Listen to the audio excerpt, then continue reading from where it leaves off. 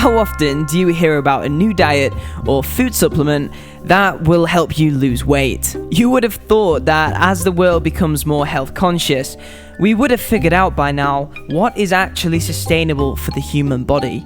Yet, studies have shown that the average person will try 126 fad diets over the course of their lifetime, with the average only lasting 6 days. And so today, I'm going to be sharing the lessons I've learned over my 1,000 days of intermittent fasting. As a kid, I was always told that breakfast was one of the most important meals of the day. Frosted Flakes, a delicious part of this nutritious breakfast. Toasted wheat plus 8 good vitamins. An unbeatable part of this nutritious breakfast. And without it, we wouldn't be able to function properly. And for me, my breakfast usually consisted of some form of cereal. I've personally never understood this, how the most important meal of the day consists of some artificial sugars and sweeteners all mixed with some other ingredients to create this thing we call cereal. When an eating method that has gone back over 30,000 years doesn't even include breakfast itself. Intermittent fasting relates all the way back to our first ancestors, the cavemen.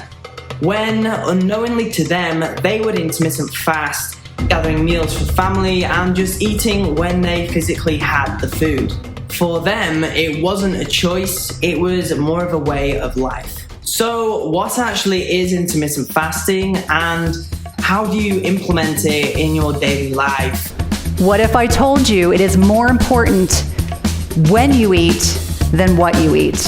The concept of calories in, calories out alone is just not effective. I personally use a method called 16-8. It's when you fast for 16 hours and then you have a time slot of 8 hours as your time to eat. But this doesn't mean you have more calories or less calories than you usually would have on a daily basis. All it means is that you consume the same amount in a shorter amount of time. Intermittent fasting itself does not work alone. You have to implement it with other tools such as a calorie deficit, eating whole foods, and not getting carried away with your carbohydrate content to make it actually work for you. I'd be the first to say as well, it isn't for everyone. So what is the medical science behind intermittent fasting? So when you eat, insulin is secreted by the pancreas to move sugar into the cells. We store the bulk of our sugar in our liver and our skeletal muscle. But when we exceed those storage sites, we store it as fat. When we're fasted, insulin levels are low, and we can tap into fat stores for energy.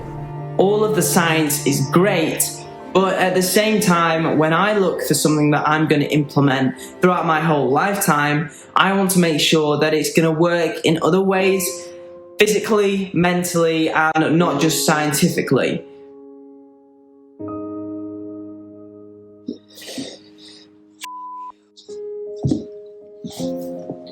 There was a time before I started intermittent fasting where I was in a really dark place in my life, and I really do believe that using the methods of intermittent fasting helped me so much to get out of that stage. That may be because intermittent fasting has a significant positive impact on your brain, but also for me mentally, to choose something that I abide my whole life around. It is really important that it works for my mental health.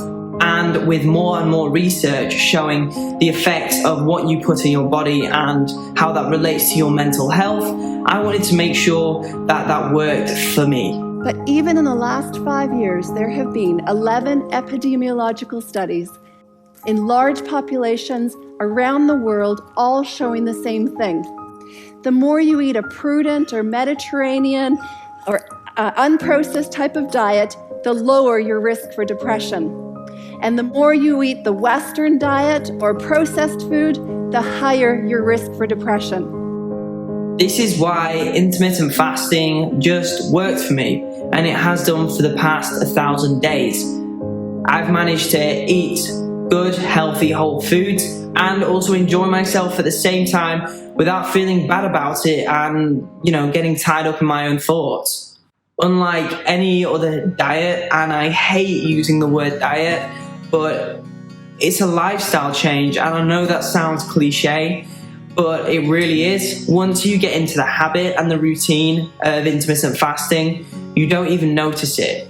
My advice to you would be to try it for a month and then see what your outcome is. As like anything, it's not suited to everyone. So try it for yourself and see what you think.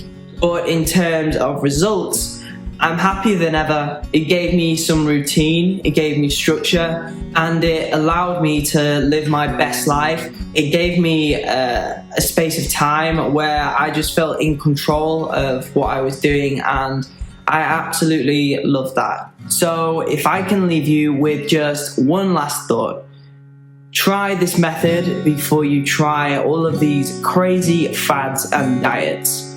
There's no point going up and down every 8 weeks, 6 days, 2 weeks, however long it is. If it is not something that you can do for the rest of your life, personally, I don't think it's worth doing. You need something in your life which can stay the same, which can stay consistent, and which you can always rely upon to get results and make you feel better about yourself. We'll see you next Sunday.